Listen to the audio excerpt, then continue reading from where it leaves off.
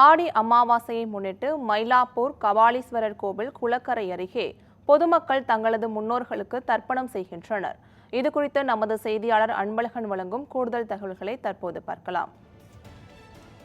வணக்கம் அன்பழகன். ஆடி அமாவாசையை முன்னிட்டு முன்னோர்களுக்கு தர்ப்பணம் செய்வதற்காக அங்கே எவ்வளவு பேர் குவிந்திருக்கிறார்கள்? அங்க இருக்கக்கூடிய கள நிலவரங்களை சொல்லுங்க.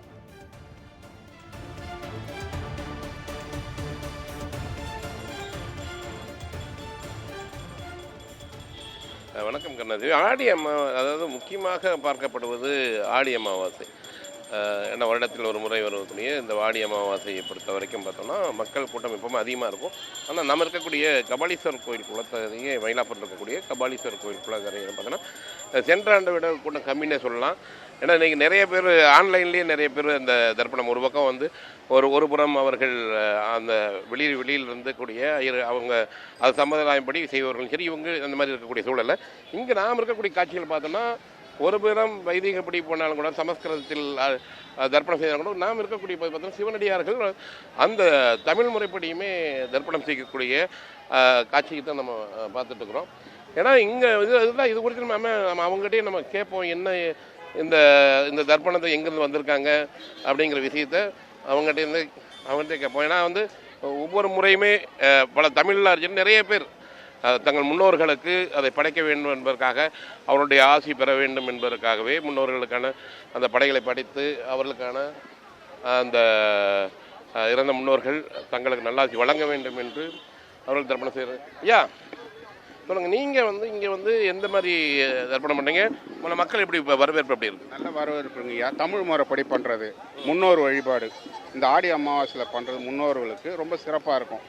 இது இங்கே தான் பண்ணணும் அப்படின்றத விட வீட்லேயும் பண்ணலாம். வீட்டில் பண்ணுறதுனால என்னன்னா இன்னும் பலன் கிடைக்கும். அதாவது முன்னோர் வழிபாடு, முன்னோர்கள் இறந்தாங்கன்னா 7 தலைமுறைகள், அந்த 7 தலைமுறைகளையும் நம்ம பேர் சொல்லி கூப்பிடணும்.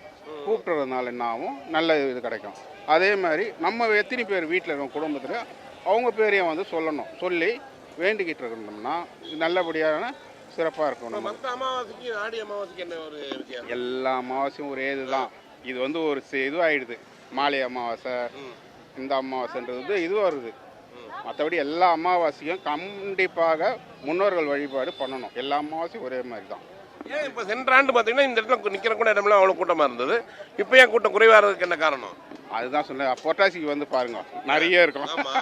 இந்த மாதம் ஏன் குறையுது? அதுதான்மா ஐயா. அது என்னன்னு கேட்டிங்கன்னா அவங்க மனநிலை என்னன்னா எல்லா அமாவாசையும் ஒரே மாதிரி தான். இந்த அமாவாசை ரொம்ப சிறப்பாக இருக்கணும் அப்படி கிடையாது.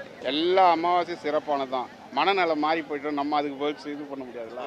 வேறு ஒன்றுமே இல்லை. எல்லா அமாவாசையும் ஒரே அமாவாசை தான். வீட்டில் கண்டிப்பாக பூஜை பண்ணணும் முன்னோர்கள் வழிபாடு. குறிப்பாக ஆடி அமாவாசை என்பது சந்திரனும் சூரியனும் இருக்கக்கூடிய ஒரு இடத்துல, ஆனால் இந்த இடத்துல சந்திரனுக்கு பலம் அதிகம் அப்படின்னு சொல்லுவாங்க. அதற்காகத்தான் சூரிய கிரகணம் வரக்கூடிய சூழல்களும் பல்வேறு இந்த இப்போ இங்கே இருக்கக்கூடிய தர்ப்பணம் செய்யக்கூடிய இடங்களை பொறுத்த வரைக்கும் பார்த்தோம்னா இவங்க ஒரு பக்கம் தமிழில் தர்ப்பணம் செய்தால் இன்னொரு புறம் பார்த்தாலும் அந்த வைதிக முறைப்படி அவர்கள் ஒரு பக்கம் பண்ணிட்டு இருக்காங்க. பல இடங்களில் தமிழகத்தை பொறுத்த வரைக்கும் பார்த்தோம்னா இது நிறைய நீர்நிலைகள் இருக்கக்கூடிய பகுதிகளில் நடக்கும். நிறைய பேர் அவர் சொன்ன மாதிரி இல்லத்திலேயே செய்யக்கூடிய ஒரு காட்சி. அமாவாசை என்றாலே பொதுவாக தங்களுடைய முன்னோர்களுக்கு தர்ப்பணம் செய்வது துறவரம். அதே போல் இல்லாதவர்களுக்கு, ஏழை மக்களுக்கு அவங்களால் முடிஞ்ச உதவிகள், ஏதாவது அந்த அவங்களுடைய தின்பண்டங்களாகட்டும், பண உதவி ஆகட்டும், அதே போல் அவர்களுக்கான உணவு வகையாகட்டும், ஏன்னா அவர்களும் இந்த தர்ப்பணம் செய்யக்கூடிய காட்சிகள் நம்ம பார்க்குறோம். ஏன்னா இது தொடர்ந்து ஒவ்வொரு அமாவாசை என்றுமே அவர்களால் முடிந்த அளவுக்கு தங்களால் முடிந்த ஒரு உதவிகளை செய்வாங்க. அதே போல் அவர்கள் வசதிக்கேற்ப அந்த தர்ப்பணத்தில் பல்வேறு அதாவது எள்ளு, அரிசி மற்ற தானியங்கள் இந்த மாதிரி இருக்கக்கூடிய சூழலில் அவர்கள் ஒவ்வொருவரும் தங்கள் வசதிக்கேற்ப தங்களது முன்னோர்களுக்கு வைத்து படைப்பார்கள். இந்த சூழலில் தர்ப்பணம் நாம் இருக்கக்கூடிய மயிலாப்பூர் கபாலீஸ்வரர் கோயில் குளத்தருகில் பார்த்தோம்னா சென்ற ஆண்டை விட வழக்கமாக குறைவாக இருந்தாலும் கூட ஏற்கனவே சொன்னது போல் அவங்களால் முடிந்தளவு தமிழாகட்டும் மற்ற சமஸ்கிருதம் அந்த முன்னோர்களுக்கான தர்ப்பணம் செய்யக்கூடிய காட்சி தான் பார்த்துருக்கிறோம்.